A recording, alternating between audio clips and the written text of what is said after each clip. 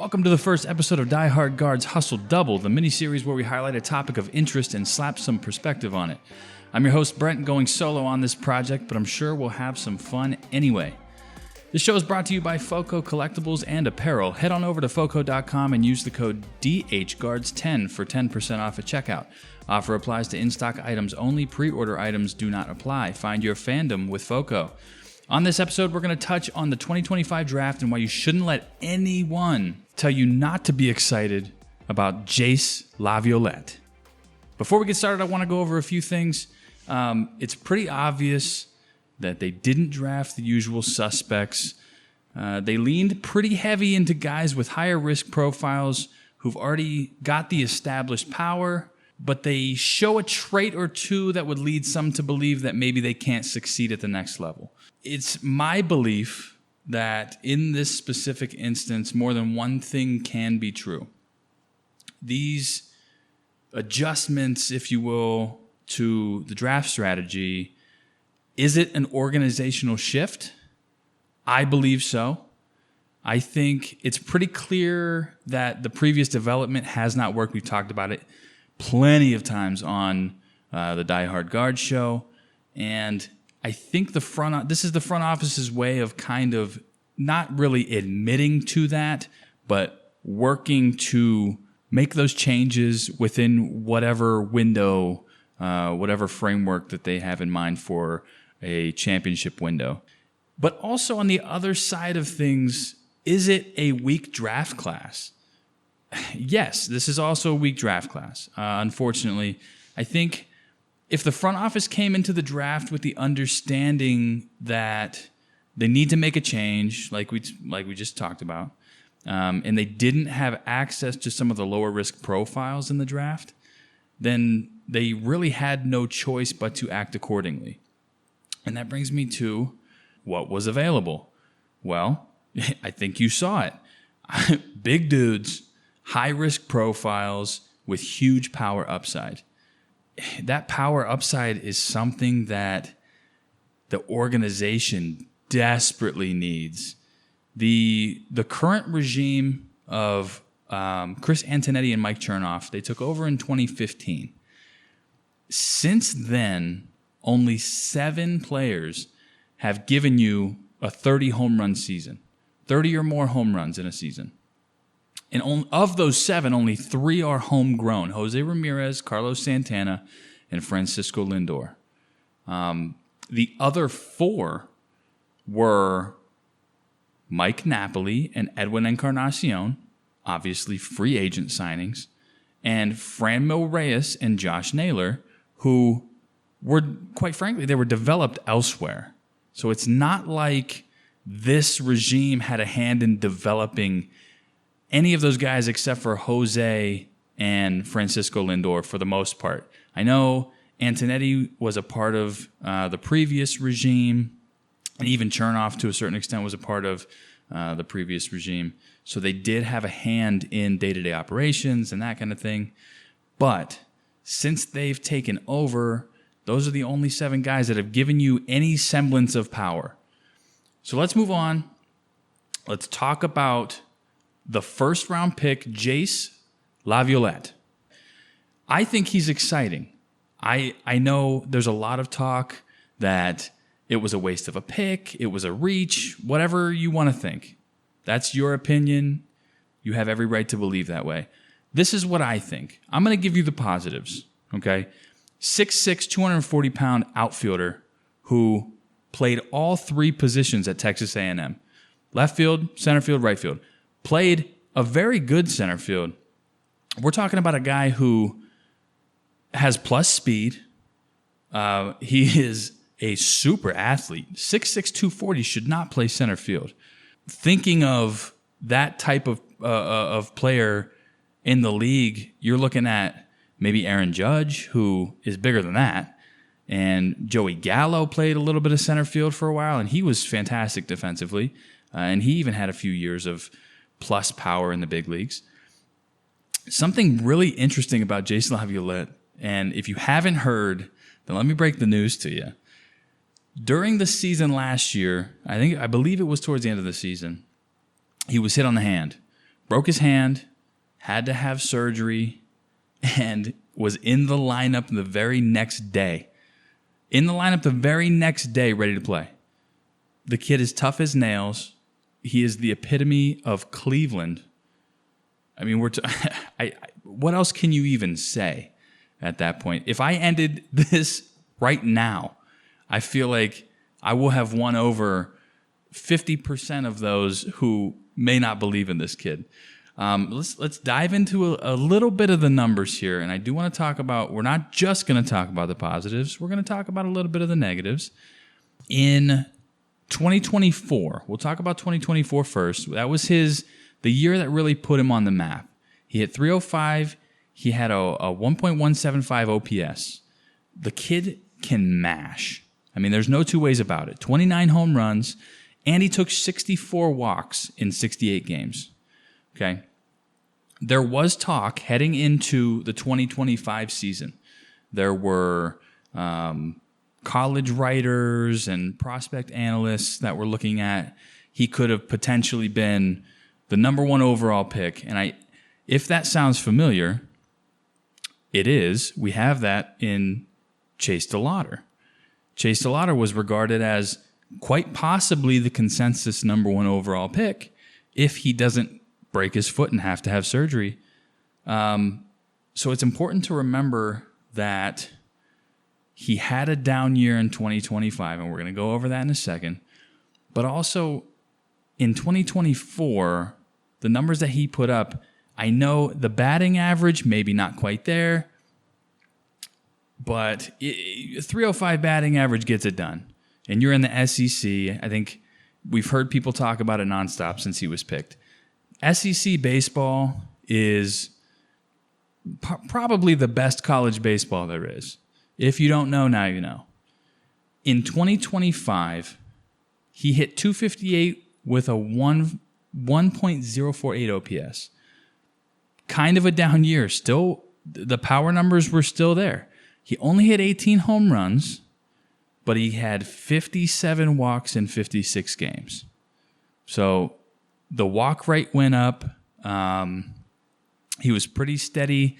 The chase rate was steady at 17%, which is elite of the elite. This is a kid that does not chase out of the zone. The 21.8% walk rate, elite of the elite.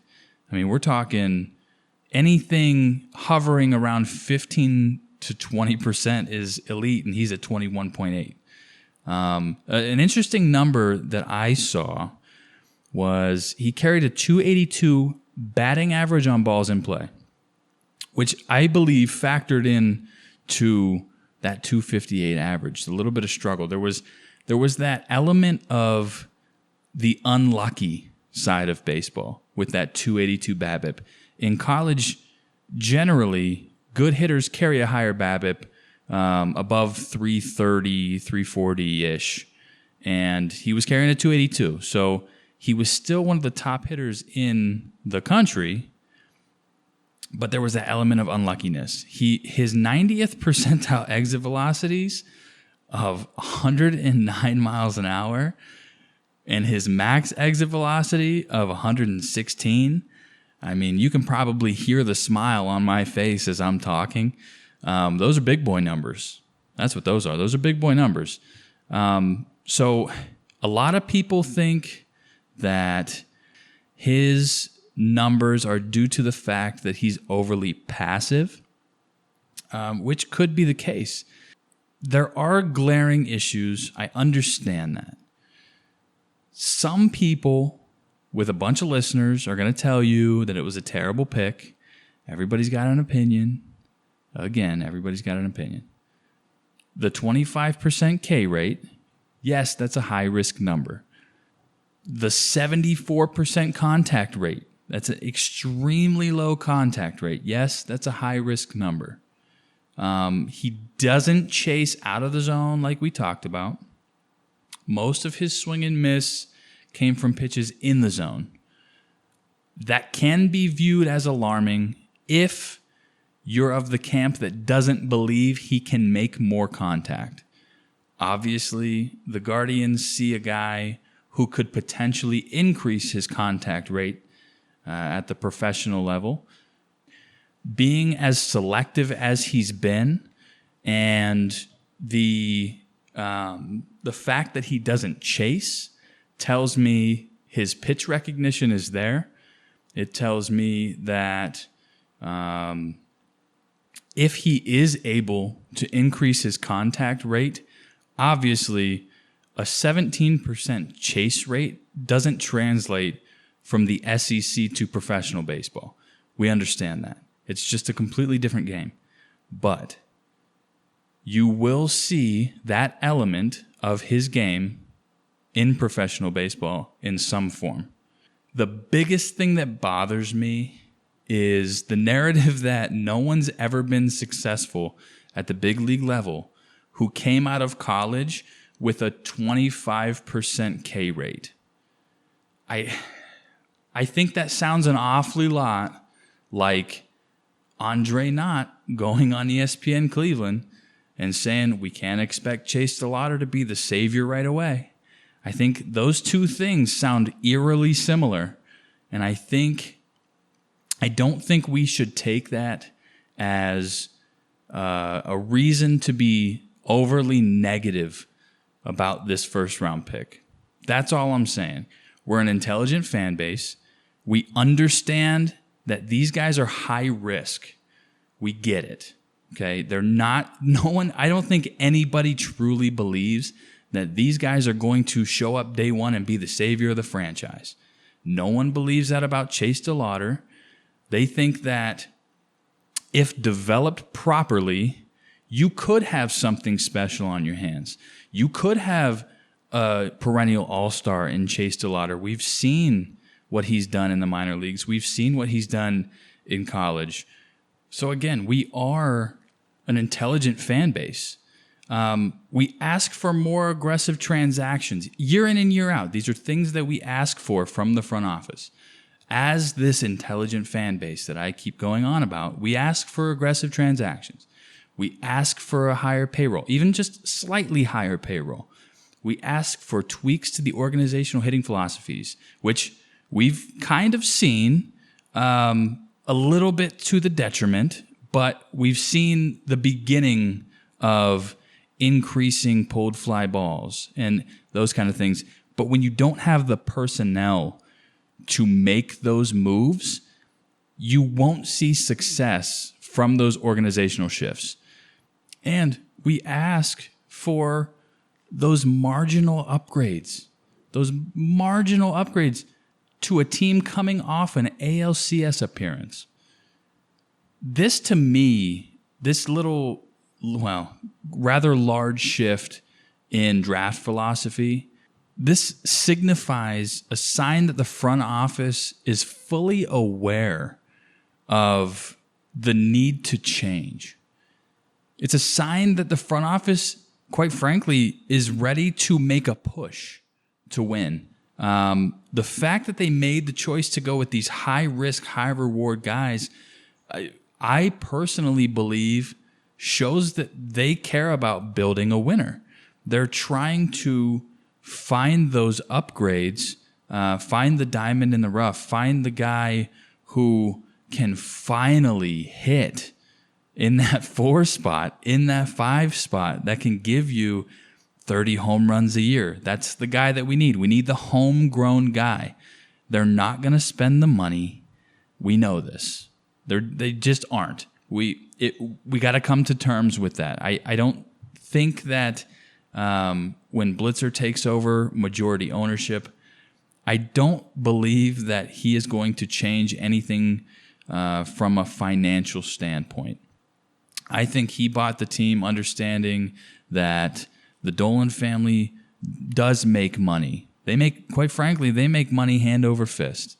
And he doesn't want to change things too drastically because he wants to keep that same business model and he wants to make it a lucrative venture for himself. So let's talk about some of these other draft picks. Second round pick, Dean Curley, another big-bodied kid, 6'3", 218-pound shortstop out of Tennessee.